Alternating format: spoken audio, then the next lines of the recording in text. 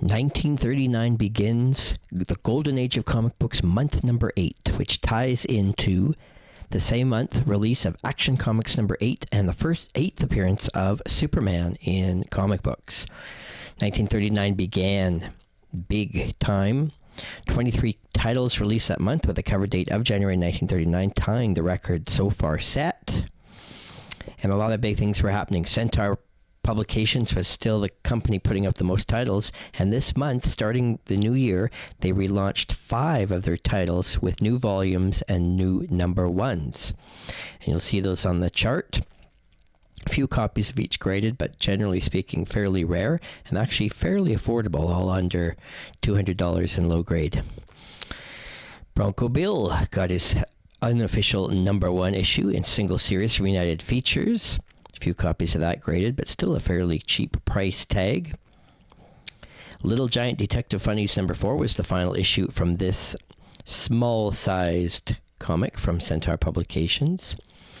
Jumbo Comics continued its run as being one of the most important new comics put out, and the first title from publisher Fiction House. And you can see from the Overstreet price guide how the value and historical importance has definitely been set on this book, featuring early work of Will Eisner, Jack Kirby, and many others.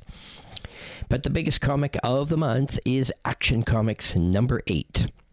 The 8th appearance of Superman, though Superman does not appear on the cover. This is by far the most common book on the CGC census, with 27 copies being graded in all conditions, but no high-grade copies ever being graded.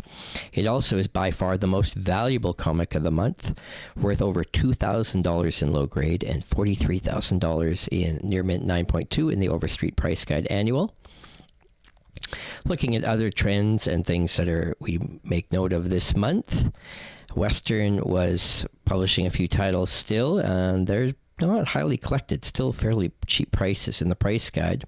But it's Ace Comics number 22, which is actually the cheapest comic of the month from David McKay. Only $36 to buy a copy of this book, and yet it is so scarce, there's not a single copy graded on the CGC in any condition, and that includes restored copies. There just aren't any.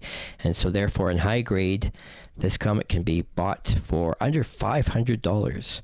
Quite affordable for an 80-year-old rare comic book. Looking at generally the most valuable comics of the month do come from DC. This is usually the case month by month. Action Comics number 8 is by far in the lead, but it's followed up by Detective Comics number 23. This features the Crimson Avenger in an early appearance, another early DC superhero. $900 in low grade and $9,000 in high grade. But only 9 copies have surfaced in that, but there are a record 3 copies in high grade on the census for CGC, and that is the most common book of any out this month. You'll see that high grade is truly scarce. So whether the price tag is high or not, the books just simply are not out there. And I've said before that if we just take a general guesstimate that maybe there's an average of 200,000 copies printed of each comic each month. With 23 titles this month, that means there were 4.6 million comics printed, and yet for the first time there is less than 100 copies in total of all comics listed, graded by the CGC, and that's all conditions, and that even includes restored and qualified copies. And it's even scarcer yet when you look at the high-grade copies. Out of the 4.6 million books, only 14 of them are high-grade and graded by CGC Census.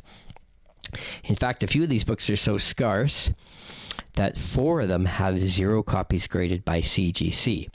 3 of them is due to the lower price and print price in the Overstreet Guide.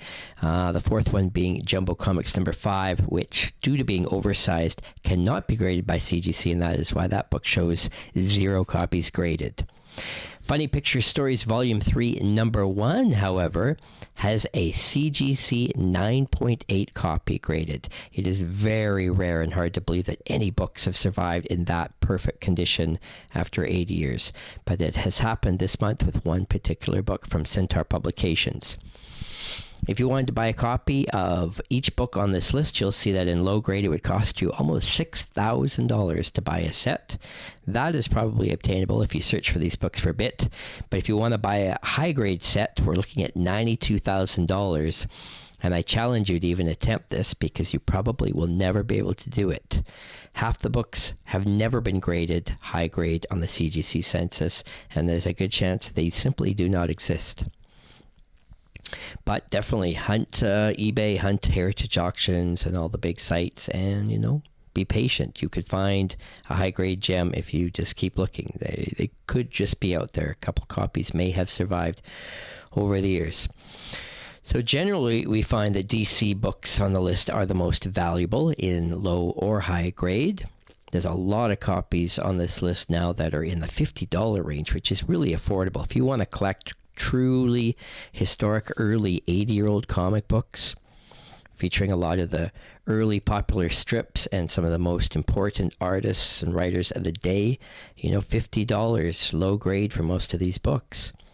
And you could build a really interesting collection with a lot of these books.